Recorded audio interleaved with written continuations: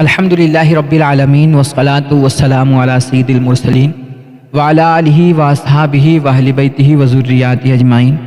اما بعد فاعوذ باللہ من الشیطان الرجیم، بسم اللہ الرحمن الرحیم۔ ومن اظلم ممن منع مساجد اللہ ان یذکر فیہا اسمہ وسعی فی خرابها اولئک ما کان لهم ان يدخلوها الا خائفین لهم فی الدنیا خزی وفی الآخرۃ عذاب عظیم۔ صدق اللہ العظیم وصدق رسولہ النبی الامین المکین الکریم، ونحن علی ذلک لمن الشاہدین والشاکرین والحمد للہ رب العالمین۔ حضرات گرامی، آج 21 جنوری ہے اور جیسا کہ آپ لوگ جانتے ہیں کہ کل 22 جنوری 2024 کو اجودھیا میں اس جگہ پر رام مندر کا ادگھاٹن ہونے جا رہا ہے اور رام مندر کا افتتاح ہونے جا رہا ہے، جہاں پر صدیوں سے تقریباً 700-750 سال پہلے سے ہماری ایک مسجد وہاں پر قائم تھی اور اللہ کا گھر آباد تھا۔ کہتے ہیں 1825 عیسوی میں وہاں پر بابر کے کمانڈر میر باقی نے اس مسجد کی تعمیر کروائی تھی۔ اب میر باقی چونکہ بابر کے کمانڈر تھے، اس لیے اس مسجد کو بنوا کر کے انہوں نے اس کا نام اپنے بادشاہ کے نام پر بابری مسجد رکھا تھا۔ 1528 عیسوی کا زمانہ یہ وہ زمانہ ہے جب پہلی دفعہ ہمارے ملک میں بابر نے سلطنت مغلیہ کی بنیاد رکھی تھی۔ بابر کے اس زمانے میں جب یہ مسجد بنی تھی 1528 عیسوی میں، ظاہر سی بات ہے اس وقت ہمارے ملک میں ہندو سماج رہتا تھا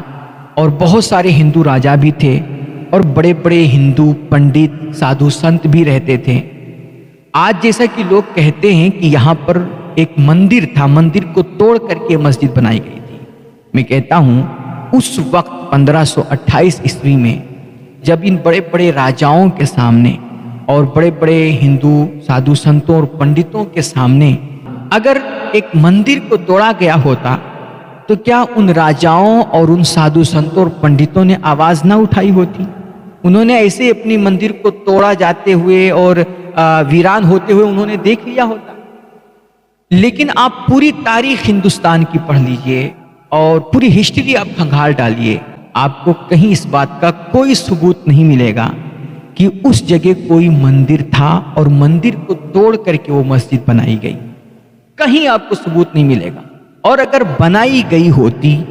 تو کہیں کوئی ایک ریکارڈ تو ملتا یار کہ ہاں اس وقت کے ہندو پنڈتوں نے آواز اٹھائی تھی، بڑے بڑے راجاؤں نے آواز اٹھائی تھی، لیکن ایسا کچھ بھی نہیں، کسی نے کبھی کوئی آواز نہیں اٹھائی۔ بہرحال یہ سلطنت اپنی قائم کرنے کے بعد 1528 عیسوی میں بادشاہ بابر نے اپنی حکومت یہاں پر قائم کی اور اس کے بعد وہ زیادہ دن تک زندہ نہیں رہا، تقریباً 3-4 سال کے بعد اس کا انتقال ہو گیا۔ پھر اس کا بیٹا ہمایوں تخت نشین ہوا اور اس نے بادشاہت اور جو ہے سلطنت کی باغ ڈور سنبھالی۔ 8-10 سال تک وہ بھی حکومت کرتا رہا، کبھی کسی نے کوئی آواز نہیں اٹھائی اور کوئی دعویٰ نہیں کیا۔ پھر کہتے ہیں 8-10 سال کے بعد اس پر شیر شاہ سوری نے حملہ کیا اور ہمایوں کو اس نے زبردست شکست دے کر کے خود حکومت پر قابض ہو گیا اور اس نے بادشاہت پر قبضہ جما لیا۔ اب یہ جو زمانہ تھا شیر شاہ سوری کے جیت کے بعد کا جو زمانہ تھا، حکومت پر قابض ہونے کے بعد کا جو زمانہ تھا، یہ 4-5 سال تک کا ایسا زمانہ رہا نا کہ جس میں مغلیہ حکومت بالکل غائب ہی رہی اور یہ سلطنت اور اقتدار جو تھا نا یہ مغل حکومت کے دشمنوں کے پاس تھا۔ لیکن اب اس زمانے میں بالکل ان کا مغلوں کا بالکل دبدبہ روب ختم ہو چکا تھا۔ اگر واقعی بابری مسجد کسی مندر کو توڑ کر کے بنائی گئی ہوتی نا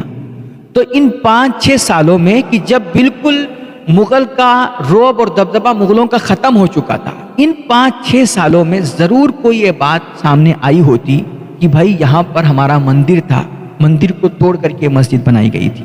لیکن کبھی بھی آپ پوری ہسٹری دیکھ لیجئے، اس دور میں ان 5-6 سالوں میں بھی نا کبھی کسی ہندو پنڈت اور ہندو راجا نے یا ہندو مورخ نے یہ دعویٰ نہیں کیا کہ یہاں پر کوئی مندر تھا اور اس مندر کو توڑ کر کے مسجد بنائی گئی۔ یہ مسجد آباد تھی، آباد رہی، پھر سال گزرے، مہینے گزرے، کافی عرصہ ہو گیا، مگر مغلیہ سلطنت یہ اپنے قدم پہ مضبوطی کے ساتھ کھڑی نہیں ہو پائی. پھر کافی عرصہ گزر گیا نا تو جلال الدین محمد اکبر کا زمانہ آیا اور پھر اس نے بڑی آزمائشوں اور مشکلات سے جوجھ کر کے اور نہ جانے کتنی جنگیں کر کے کسی طرح اس نے دوبارہ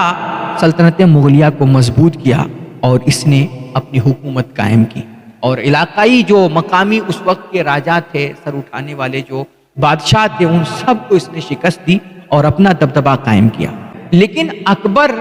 یہ اپنے باپ داداؤں کے خلاف یہ پہلا ایسا بادشاہ تھا کہ جس کو مذہب اور دین سے زیادہ اپنی حکومت اور اپنی بادشاہت پیاری تھی. اور اسی وجہ سے اس نے اپنے باپ داداؤں کی روش کے خلاف، اپنے باپ داداؤں کی پرمپرا کے خلاف اس نے کیا کیا، ہندو راجاؤں کی بیٹیوں سے بغیر قبول اسلام کے، بغیر انہیں کلمہ پڑھائے اس نے دھڑلے سے شادیاں کرنا شروع کی اور ادھر ادھر اپنی عیاشی کرنے لگا. اور اکبر کتنا بڑا دین بیزار تھا یہ میں سمجھتا ہوں ہر تاریخ پڑھنے والا انسان جانتا ہے. اتنا بڑا یہ دین بیزار اور بددین انسان تھا نا کہ اس نے خود اپنے مذہب اسلام کے مقابل میں ایک نئے دین کا، دین الہی کا آغاز کیا تھا. اور اسی نے اپنی بیوی جودھا بائی کے محبت میں آ کر کے نا خود اپنے گھر میں ایک مندر بنوائی تھی اور روزانہ ہر صبح یہ جھروکھا درشن کے نام پر بت پرستی کرتا تھا. اور یہی وہ وقت تھا کہ جب بادشاہ اکبر کے دربار میں بڑے بڑے ہندو راجاؤں اور سادھو سنتوں اور پنڈتوں کو، برہمنوں کو اثر و رسوخ اور بڑا مقام اور عہدہ ملا تھا. بلکہ خود اکبر کے 9 رتنوں میں 4 بڑے ہندو شامل تھے. یہ بڑے اس کے قریبی لوگ تھے اور بڑے چہیتے لوگ تھے. آپ نے سنا ہوگا راجہ بیربل کی کہانیاں اکبر کے ساتھ ملا کر کے کتنی اس کی کہانیاں بیان کی جاتی ہیں.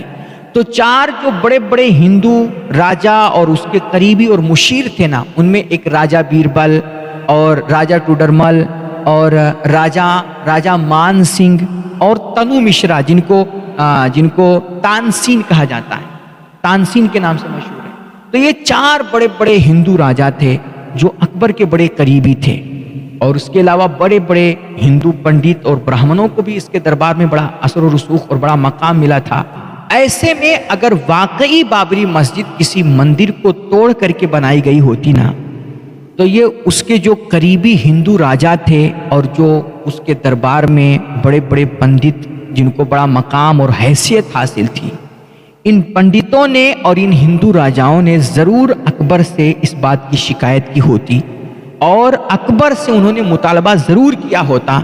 کہ بھائی ہماری اس مندر کو دوبارہ تعمیر کروایا جائے اور ہماری یہ جگہ ہمیں واپس کی جائے. اور اکبر سے اگر اس چیز کا یہ لوگ مطالبہ کرتے تو ان کا مطالبہ پورا بھی کر دیتا، اس کے لیے کوئی بڑی بات نہیں تھی. اس نے جب خود اپنے گھر میں مندر بنوا رکھا تھا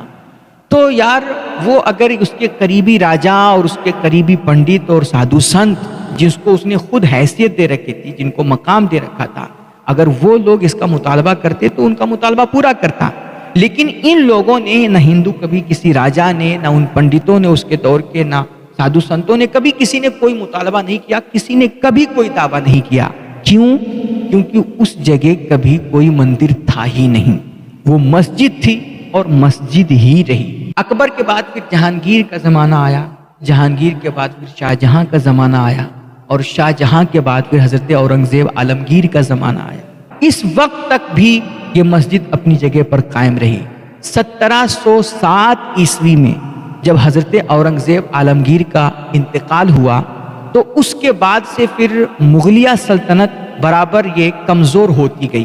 حتیٰ کہ 1803 میں ہمارے ملک ہندوستان پر انگریز قابض ہو گئے اور یہاں پر انگریزوں کا تسلط، بس صرف نام کی حکومت رہی. 1857 عیسوی جب آزادی کی جنگ چھڑی، اس وقت مغلیہ سلطنت کے جو آخری بادشاہ تھے بہادر شاہ ظفر، ان کی زندگی میں ہی مغلیہ سلطنت کا مکمل خاتمہ ہو گیا. بالکل ختم ہو چکی اب مغلیہ سلطنت. اس مغلیہ سلطنت کے خاتمے تک بھی کبھی کسی ہندو مورخ نے بابری مسجد پر کسی قسم کا دعویٰ نہیں کیا اور اس پر بری نظر نہیں ڈالی، جبکہ ابھی 1857 تک تقریباً بابری مسجد کو قائم ہوئے 334 سال گزر چکے تھے۔ 334 سال تک یہ مسجد اپنی اسی جگہ پر بغیر کسی وواد کے، بغیر کسی جھگڑے کے آباد رہی۔ مگر جب ہمارے ملک میں انگریزوں کا تسلط ہوا، انگریز جب ہندوستان پر قابض ہوئے، تو انہوں نے اس سونے کی چڑیا پر ایک بڑی گندی نظر ڈالی اور اس کو لوٹنا گھسوٹنا شروع کیا۔ اس کے لیے ظاہر سی بات ہے اگر ہندوستانی ایک رہیں گے، ہندو مسلمان سکھ عیسائی سب مل کر کے رہیں گے، تو اس میں ان کی دال نہیں گل پائے گی۔ تو انہوں نے اپنی لڑانے کی سازشیں شروع کی اور لڑاؤ اور حکومت کرو کی پالیسی اپنائی۔ اور اس طرح جب ہمارے پرکھوں نے ان کی چال کو سمجھا اور ہمارے مہاپرشوں نے جب ان کی اس گندی نیت کو دیکھا نا، تو پھر انہوں نے آزادی کی جنگ چھیڑی۔ اور پھر 1857 میں ایک بڑی خطرناک جنگ ہوئی جس میں لاکھوں ہزاروں لوگوں کی جانیں گئیں، کتنے خون بہے۔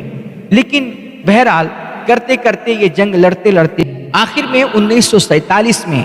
ہمارے ہزاروں مہاپرشوں اور ویروں کی جانیں گنوانے اور قربانیاں پیش کرنے کے بعد اللہ رب العزت نے ہمارے ملک ہندوستان کو انگریزوں کے تسلط سے آزاد کیا،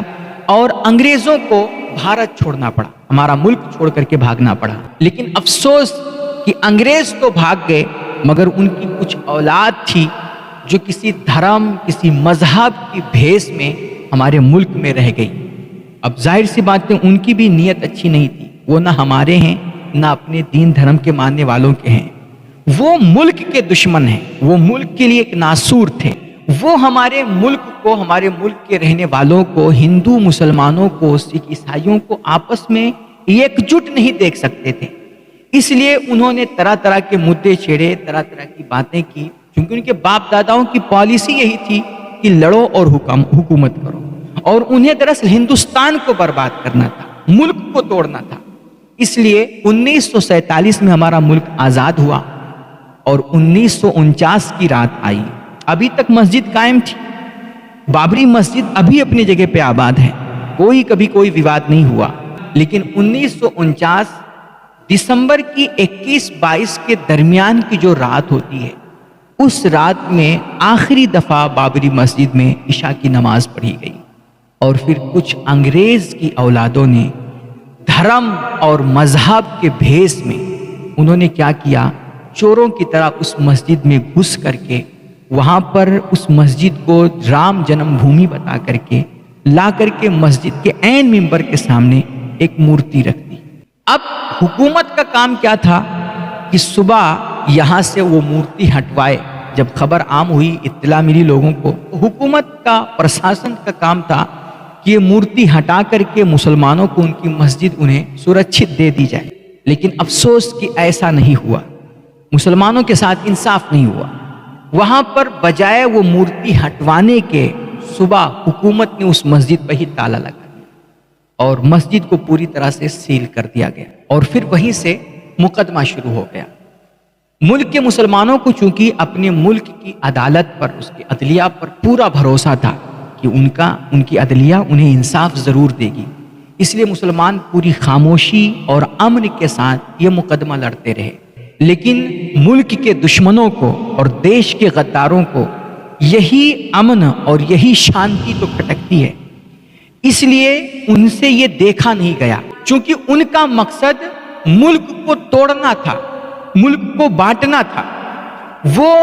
دو ہندو مسلمان بھائیوں کو آپس میں لڑا کر کے خون بہانا چاہ رہے تھے اور ہندوستان کو لہو لہو کرنا چاہ رہے تھے۔ اس لیے 6 دسمبر 1992 کا وہ سیاہ دن آتا ہے کہ جس دن ان فرقہ پرست اور ملک کے دشمنوں اور دیش کے غداروں نے کچھ لونڈوں کو تیار کیا، کچھ گنڈوں کو پکڑا، اور ایک بڑی تعداد میں یہ لوگ ایودھیا پہنچ کر کے 6 دسمبر 1992 کو ہماری بابری مسجد پہ چڑھتے ہیں۔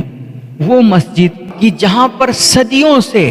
اللہ اکبر کی صدائیں گونجتی رہیں، جس کے ممبروں سے امن، محبت اور شانتی کا درس دیا جاتا رہا، جہاں پر لوگ پہنچ کر کے اللہ کی بارگاہ میں سر جھکاتے تھے، اس کو سجدہ کرتے تھے، اس جگہ پہنچ کر کے انہوں نے ہماری مسجدوں پہ چڑھ کر کے اس کی بے حرمتی کی، اور صرف بے حرمتی نہیں کی بلکہ مسجد کو توڑ دیا، اور ہماری مسجد اس دن شہید کر دی گئی۔ مسلمان خاموشی کے ساتھ اپنا مقدمہ لڑ رہا تھا، اپنے ملک کی عدلیہ پر بھروسہ کر کے کہ ہمیں انصاف ملے گا، لیکن یہ دیش کے غدار تھے، یہ دہشت گرد تنظیمیں تھیں، یہ ملک کے دشمن تھے، جن کو نہ ملک سے کوئی مطلب تھا نہ ملک کی عدلیہ سے کوئی مطلب تھا۔ ورنہ اگر ان کو ملک کی عدلیہ پر بھروسہ ہوتا تو مسجد کو توڑتے نہیں بلکہ عدلیہ کے فیصلے کا انتظار کرتے، لیکن انہوں نے فیصلے کا انتظار نہ کر کے مسجد کو توڑا، اور جس دن مسجد توڑا نا، افسوس صرف مسجد نہیں ٹوٹی، اس دن کتنے گھر ٹوٹے، کتنی دکانیں جنی، اور کتنے ہندو مسلمانوں کی جانیں اس دن گئیں، ایک دوسرے کو گولیوں سے بھون دیا گیا، اگرچہ کثیر تعداد میں مسلمان مارے گئے لیکن ہندو بھی تو مارے گئے نا، تو نقصان دونوں کا ہوا۔ لیکن دشمنوں کو اس سے کیا غرض؟ دشمن تو خون ہی دیکھنا چاہتا تھا، وہ دنگا اور فساد ہی دیکھ کر کے اس کے کلیجے کو ٹھنڈ ملتی ہے، اس لیے خون اگرچہ عام ہندوؤں کا بہا، مسلمانوں کا بہا، دکانیں ہماری جلی اور گھر ہمارے برباد ہوئے، لیکن سکون بہرحال ان کو ملا، یہ یہی دیکھنا چاہ رہے تھے۔ اور پھر جب وہ مسجد شہید کر دی گئی، پھر بھی ہمیں اپنی عدلیہ سے، مسلمانوں کو بالخصوص، یہ امید تھی کہ ہماری حکومت اور ہماری عدالت ہمیں انصاف دے گی، اور کم سے کم تعمیر ختم ہو گئی ہے، وہ مسجد توڑ دی گئی ہے، لیکن ہماری جو جگہ ہے مسجد کی وہ ہمیں مل کر کے رہے گی۔ اس لیے کافی دن تک پھر یہ مقدمہ بھی چلا، لیکن افسوس کہ ملک کی عدلیہ سے جو ہمیں امید تھی، افسوس کہ ہمارے ملک کی عدلیہ بھی ہماری اس امید پر کھری نہیں اتری، اور 9 نومبر 2019 کو ہمارے ملک کے سب سے بڑے کورٹ نے، سب سے بڑی عدلیہ نے ایک فیصلہ سنایا۔ فیصلہ کیا تھا کہ یہاں پر کبھی بھی جو ہندوؤں کا دعویٰ تھا کہ یہاں پر مندر تھا، مندر توڑ کر کے مسجد بنائی گئی، ہندوؤں کا یہ دعویٰ غلط ہے، یہاں پر کوئی مندر نہیں تھا، شروع سے یہاں پر مسجد ہی تھی اور یہ جگہ مسجد کی ہے۔ ہم اس لحاظ سے اپنا مقدمہ جیت گئے کہ بھائی یہاں پر کبھی کوئی مندر نہیں تھا، ان کا دعویٰ تھا مندر تھا، ہمارا دعویٰ تھا مندر نہیں تھا، تو ہم مقدمہ جیت گئے، یہ ثابت کر دیا، عدلیہ نے مانا، اور 5 ججوں کے ساتھ مانا گیا کہ یہاں پر مندر نہیں تھا، یہ مسجد ہی تھی اور مسجد ہی کی جگہ۔ اور پھر یہ بھی عدالت نے مانا اور 5 ججوں نے اسے تسلیم کیا کہ بابری مسجد میں چوروں کی طرح گھس کر کے اس کے ممبر پہ لا کر کے مورتی رکھنا یہ ایک مجرمانہ عمل ہے، بہت غلط ہے۔ اور دوسری بات، پھر مسجد کو شہید کرنا یہ بھی مجرمانہ عمل ہے، یہ سب کورٹ نے مانا، یہ سب تسلیم کیا۔ یہ الگ بات ہے کہ یہ سب اس کو مجرمانہ عمل تو بتایا کورٹ نے، لیکن پھر یہ جو مجرم ہیں، یہ سب کرنے والے جو تھے، ان مجرموں کو سزا کیا ملنی چاہیے، اس کا کوئی فیصلہ اس نے نہیں دیا، کوئی سزا نہیں ملی، لیکن بہرحال اس نے مانا کہ یہ مسجد توڑنا، مسجد میں لا کر کے مورتی رکھنا یہ سراسر مجرمانہ عمل ہے۔ لیکن آخر میں اس نے جو فیصلہ سنایا وہ بڑا افسوسناک فیصلہ کیا آیا کہ چونکہ یہاں سے ہندوؤں کی آستھا جڑی ہوئی ہے، اس لیے یہ جگہ مسلمانوں کو نہ دے کر کے، اگرچہ شروع سے یہاں مسجد رہی ہے اور یہ مسجد ہی کی جگہ، لیکن چونکہ ہندوؤں کی آستھا جڑی ہوئی ہے اس لیے یہ جگہ ہم ہندوؤں کو دے رہے ہیں، یہاں پر مندر وہ بنا لیں۔ اللہ اکبر، اس طرح انصاف کا خون کیا گیا، اور اس طرح دوسروں کی آستھا کا خیال کر کے نہ ہمارے آستھا سے کھیلا گیا، ہماری جذبات سے کھیلا گیا۔ بہرحال لیکن چونکہ ملک کی عدلیہ ہے اور مسلمان ہمیشہ امن چاہتا ہے، شانتی چاہتا ہے، اتنا ہمارے خلاف فیصلہ ہوا اور ہمارے اس طرح جذبات سے کھیلا گیا، لیکن پھر بھی مسلمانوں نے ایک اعلیٰ ظرفی کا اظہار کیا، صبر سے کام لیا، تحمل سے کام لیا، اور پورے ملک ہندوستان میں اگرچہ ہماری عبادت گاہ کو لوٹ لیا گیا، ہماری زمین چھین لی گئی، لیکن کوئی نہیں بتا سکتا کہ اس دن ملک ہندوستان میں کہیں کوئی ایک پتا بھی ہلا۔ یہ ہے مسلمانوں کی اعلیٰ ظرفی، اور اسی کی تعلیم دیتا ہے ہمارا اسلام کہ ٹھیک ہے تمہارے پاس طاقت ہے، تمہارے پاس حکومت ہے، تم اپنی لاٹھی کے زور پر جو چاہو کر دو، لیکن انصاف ہوتا ہے میرے بھائی۔ انصاف کا جو نظام، جو سسٹم ہمارے مذہب اسلام نے دنیا کے سامنے رکھا ہے نا، دنیا ویسا انصاف کرنا تو بہت دور کی بات، وہ کبھی سوچ بھی نہیں سکتی۔ آپ دیکھیے، ایک وقت تھا کہ جب اسلام کا دبدبا تھا اور اسلام کو بیت المقدس پر فتح حاصل ہوئی تھی، اور وہاں پر عیسائی رہا کرتے تھے۔ عیسائیوں کے بڑے بڑے عبادت گاہیں وہاں پر، ان کے چرچ وغیرہ تھے۔ جب اسلام کو بیت المقدس پر فتح حاصل ہوئی نا، تو بیت المقدس کے عیسائیوں کی ڈیمانڈ تھی کہ ہم اس وقت تک سرنڈر نہیں ہوں گے جب تک مسلمانوں کے امیر حضرت عمر فاروق اعظم آ کر کے ان سے خود بات نہ کریں، چونکہ ان بیت المقدس کے عیسائیوں کو یقین تھا کہ مذہب اسلام نے انصاف کا جو نظام، اور بالخصوص حضرت عمر فاروق اعظم کی اس وقت عدالت بڑی مشہور تھی، انصاف بڑا مشہور تھا، اس لیے ان کو امید تھی کہ ہمارے خلاف کچھ غلط نہیں ہوگا، اس لیے انہوں نے کہا کہ ہم عمر فاروق اعظم سے جب تک مل نہیں لیں گے، مسلمانوں کے امیر سے، جب تک ہم سرنڈر نہیں ہوں گے۔ یہ بات حضرت عمر تک پہنچی تو آپ مدینے سے آ کر کے بیت المقدس پہنچے، اور پھر آپ سے بات چیت ہوئی، عیسائیوں نے بات چیت کی، اور پھر آپ نے حکم جاری کیا کہ ٹھیک ہے، ہمیں یہاں پر غلبہ حاصل ہوا ہے، ہم پاور میں ہیں، ہماری سطح ہے، لیکن ہم ان کی عبادت گاہوں کو، ان کے چرچوں کو ہم ہاتھ نہیں لگائیں گے۔ ان کی عبادت گاہیں جس طرح آباد ہیں ایسے ہی آباد رہیں گی، ہم انہیں کوئی تکلیف نہیں پہنچائیں گے، ہم ان کو کوئی گزند نہیں پہنچائیں گے۔ پھر کہتے ہیں ان عیسائیوں نے حضرت عمر فاروق اعظم کو لے جا کر کے اپنے چرچ کا دورہ کرایا، اور اس وقت نماز کا وقت تھا، تو جب نماز کا وقت ہوا تو عیسائیوں نے کہا کہ آپ ہمارے چرچ میں نماز پڑھ لیجئے۔ اللہ کی پوری زمین مسلمانوں کے لیے مسجد بنا دی گئی حضور کے توسط سے، وہ کہیں بھی نماز پڑھ سکتے ہیں، لیکن جب عیسائیوں نے کہا کہ ہماری چرچ میں آپ نماز پڑھ لیجئے، تو حضرت عمر فاروق اعظم نے کہا کہ نہیں، میں یہاں پر نماز نہیں پڑھوں گا، میں جا کر کے خالی جگہ میں نماز پڑھوں گا۔ انہوں نے کہا کیوں؟ آپ تو کہیں بھی نماز پڑھ سکتے ہیں، پوری روئے زمین آپ کے لیے مسجد ہے۔ تو آپ نے فرمایا میں پڑھ تو سکتا ہوں، لیکن آج اگر میں آپ کے چرچ میں نماز پڑھ لوں گا تو کل آنے والے مسلمان سمجھیں گے کہ چونکہ ان کے چرچ میں ہمارے امیر نے نماز پڑھی ہے، تو ہو سکتا ہے وہ کل اس جگہ اپنے حق کا دعویٰ کر دیں کہ چونکہ اس جگہ ہمارے امیر نے نماز پڑھی، اس لیے اس جگہ پر ہمارا حق ہے، تو وہ تمہارے چرچ پر اپنا حق جمانے لگیں، اور کہیں ایسا نہ ہو کہ وہ تمہارے چرچ کو توڑ دیں۔ یہ انصاف دیکھیے اسلام کا۔ حضرت عمر فاروق اعظم سے عیسائیوں نے کہا کہ یہاں نماز پڑھ لیجئے، لیکن آپ نے وہاں نماز نہیں پڑھی، اور ہماری شریعت کا آج تلک یہ مسئلہ ہے اسلام کا کہ کسی غیر کی زمین پر قبضہ جما کر کے وہاں مسجد بنائی ہی نہیں جا سکتی ہے۔ اگر کوئی زبردستی وہاں پر مسجد بنا لیتا ہے تو وہ مسجد ہی نہیں ہے، وہاں پر جتنی نمازیں پڑھی جائیں گی وہ سب فضول منہ پہ مار دی جائیں گی، کبھی اللہ کی بارگاہ میں قبول نہیں ہوں گی۔ تو ہم کسی کا مندر توڑ کر کے، کسی کا عبادت گاہ پہ حملہ کر کے وہاں پر قبضہ جمائیں، مسجد بنائیں، یہ ہو ہی نہیں سکتا ہے۔ اور تم کہتے ہو کہ بابری مسجد کسی مندر کو توڑ کر کے بنائی گئی تھی، جبکہ ریسرچ اور تحقیق کے بعد ملک کے سب سے بڑے عدلیہ نے، سپریم کورٹ نے اس بات کو تسلیم کیا کہ وہاں پر کبھی کوئی مندر نہیں تھا، وہ مسجد شروع سے وہاں پر مسجد تھی، اور وہ مسجد ہی کی جگہ ہے، لیکن پھر بھی وہاں سے چونکہ ہندوؤں کی اکثریتی طبقہ کی آستھا جڑی ہوئی ہے، اس لیے آستھا کی بنا پر وہ جگہ ہندوؤں کو دے دی گئی۔ تو یہ انصاف کا پیمانہ ہے۔ یہاں جب آستھا کی بنا پر فیصلہ کیا گیا نا، صرف عقیدت کی بنا پر ہماری زمین چھین کر کے دوسروں کو دے دی گئی نا، اسی دن ثابت ہو گیا کہ تمہارے اندر یہ چھمتا ہی نہیں ہے کہ تم انصاف کر سکو، تمہارے اندر اتنی چھمتا نہیں ہے، تمہارا اتنا بڑا دل ہی نہیں ہے یار کہ تم حق کو حق کہہ سکو اور حق والوں کو ان کا حق دے سکو۔ تم اپنی طاقت اور اپنی ستہ اور اپنی پاور کے بل بوتے نہ صرف دوسروں کی زمینوں پہ قبضہ کرنا جانتے ہو۔ خیر،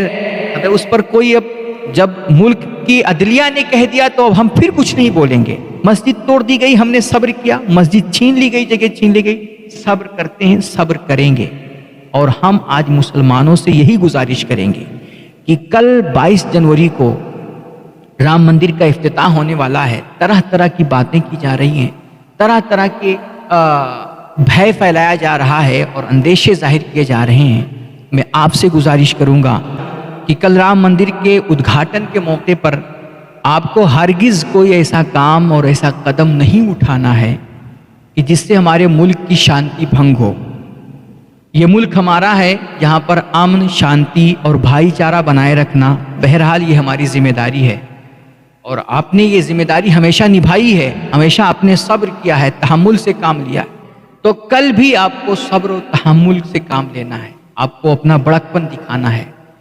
آپ کو کل وہی رول ادا کرنا ہے، وہی کردار نبھانا ہے کہ جب ابرہہ خانہ کعبہ کو ڈھانے گیا تھا، اللہ کے اس گھر کو توڑنے گیا تھا، تو اس وقت ہمارے حضور کے دادا حضرت عبد المطلب نے جو کردار ادا کیا تھا وہی کردار کل آپ کو نبھانا ہے۔ ہمیں اپنے جان مال اور خاندان اور عزت و آبرو کی حفاظت کرنی ہے، باقی وہ گھر جس کا ہے وہ اپنے گھر کی حفاظت کرنا اور اسے بچانا اسے خوب آتا ہے، تو ہمیں کوئی ایسا کام نہیں کرنا ہے ہرگز کہ جس سے ہمارے ملک کا ماحول خراب ہو اور کسی کی جان مال اور عزت اور آبرو پہ کوئی آنچ آئے۔ ہمیں بھائی چارہ بنا کے رکھنا ہے، لیکن ہاں یاد رکھیے کہ بھائی چارہ ہمیں خود بنا کے رکھنا ہے۔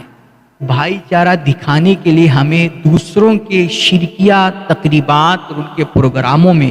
یا ان کی کسی طرح کی کسی محفل میں شریک نہیں ہونا ہے، اس کا خاص لحاظ رکھیں۔ آج کل جو طرح طرح کی باتیں کی جا رہی ہیں، تمہیں یہ کرنا ہے، وہ کرنا ہے، دیپ جلانا ہے، موم بتی جلانی ہے، نعرے مارنا ہے، ان تمام چیزوں سے آپ کو بچنا ہے، خود بھی بچیں، اپنے جان پہچان کے لوگوں کو بھی بچائیں،